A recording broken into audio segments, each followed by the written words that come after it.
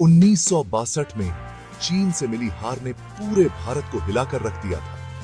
इस हार ने सबको दिखा दिया था कि हमारा खुफिया तंत्र कितना कमजोर है। देश को एक ऐसे मजबूत और ताकतवर खुफिया एजेंसी की सख्त जरूरत थी जो देश की रक्षा कर सके, और इसी जरूरत को पूरा करने के लिए 21 सितंबर 1968 को RNAW यानी रिसर्च एंड एनालिसिस विंग का जन्म हुआ। RNAW का सबसे बड़ा मकसद था दूसरे देशों की खुफिया जानकारी जुटाना, भारत के हितों की रक्षा करना और देश को सुरक्षित रखना।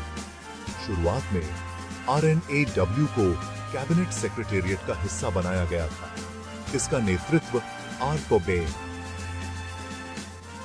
इन काओ को दिया गया, जो भारतीय खुफिया विभाग के एक महान व्यक्ति थे।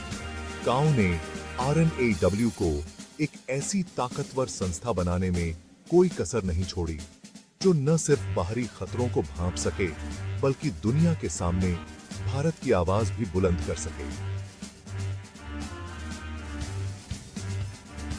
अपने शुरुआती दिनों में ही अपनी ताकत दिखा दी। 1971 के भारत पाक युद्ध में RNAW ने बहुत अहम भूमिका निभाई। RNAW द्वारा जुटाई गई जानकारी ने भारतीय सेना को पाकिस्तानी सेना की हर चाल पहले ही बता दी, जिससे भारत को युद्ध में बड़ी जीत हासिल हुई। इस जीत ने RNAW को भारत की सुरक्षा का एक महत्वपूर्ण हिस्सा बना दिया। आज RNAW दुनिया की सबसे बड़ी खुफिया एजेंसियों में से एक है। यह आतंकवाद, अलगाववाद और दुश्मन देशों द्वारा फैलाए जा रहे झूठ से निपटने में बहुत महत्वपूर्ण भूमिका निभाती है। RNAW का काम परछाइयों में होता है। यह एजेंसी किसी खुली किताब की तरह नहीं है और इसके ज्यादातर ऑपरेशन गुप्त रखे जाते हैं। RNAW का मुख्य उद्देश्य दूसरे देशों की खुफिया जानकारी इकट्ठा करना है, जो कई तरीकों से किया जाता है। इन तरीकों में ह्यूमेंट यानी मानव बुद्धिमत्ता, SIGNT सिग्नल इंटेलिजेंस और IMINT यानी तस्वीरों से खुफिया जानकारी हासिल करना शामिल है। ह्यूमेंट यानी इंसानों के जरिए जानकारी हासिल करना कस RNAW के काम का सबसे अहम हिस्सा है। इसमें दूसरे देशों में अपने एजेंट और मुखबिरों का जाल फैलाना और उनसे जानकारी हासिल करना शामिल है। यह काम बहुत ही जोखिम भरा होता है, लेकिन अक्सर यही सबसे महत्वपूर्ण जानकारी देता है। SIGINT में दूसरे देशों के संचार को सुनना और उसका विश्लेषण करना होता है।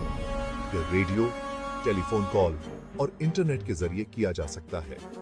IMINT में उपग्रहों, हवाई जहाज और ड्रोन का इस्तेमाल करके तस्वीरें इकट्ठा की जाती हैं।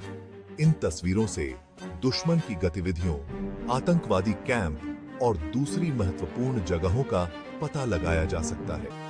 अपने काम को छुपाकर रखने के लिए आधुनिक तकनीक का इस्तेमाल करता है। इसमें सुरक्षित संचार प्रणालियां, कोड तोड़ने वाले उपकरण और निगरानी के उपकरण शामिल हैं। यह एजेंसी अपने एजेंटों को खास ट्रेनिंग भी देती है ताकि वे अपनी पहचान छुपा सकें और दुश्मन के इलाके में सुरक्षित रह सकें।